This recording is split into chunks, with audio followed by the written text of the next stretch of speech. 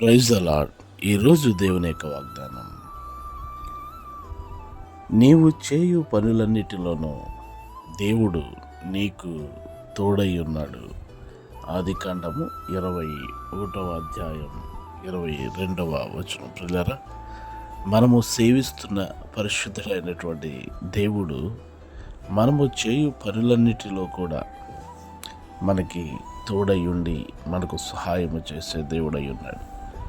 మన చేతుల కష్టార్జితాన్ని మనం అనుభవించేటట్టుగా దేవుడు చేయగలరు.